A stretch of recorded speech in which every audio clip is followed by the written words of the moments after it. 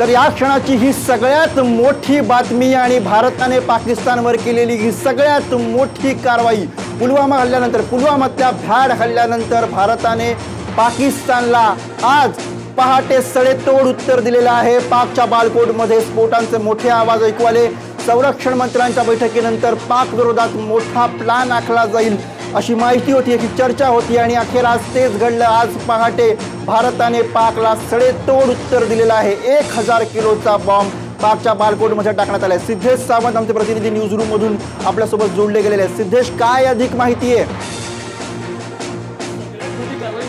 गुरु, गेल्या काही दिवसांपासून 14 फेब्रुवारीला जो हल्ला झाला त्याच्यानंतर आज 26 तारीख आहे आणि या इतक्या आठवड्याभराच्या कालावधीमध्ये खूप वेगानं घडामोडी घडत होत्या। संरक्षण मंत्र्यांच्या बैठका होत होत्या, बैठकांवर बैठका चालल्या होत्या।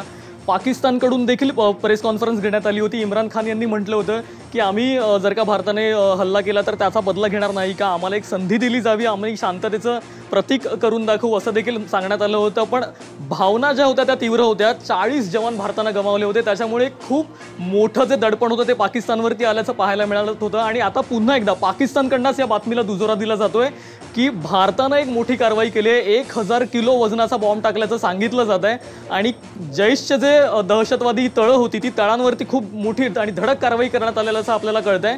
आणि अतिशय आत्ताच्या घडीची या घडीची मोठी बातमी आहे, कारण याच्या आधी देखील जेव्हा पाकिस्तानने आपल्यावरती हल्ला केला होता तेव्हा सर्जिकल स्ट्राईक मधनं भारतानं तोडीसतोड उत्तर दिलं होतं आणि आता या हल्ल्याचा बदला कसा घेईल भारत याच्याकडे संपूर्ण जगाचं लक्ष होतं आणि अनेक जागतिक पातळीवरनं भारताला पूर्णपणे पाठिंबा दिला जात होता की भारतानं याच्यावरती खूप मोठ्या पद्धतीने आणि खूप सकारात्मक पद्धतीने याच्यावरती आपली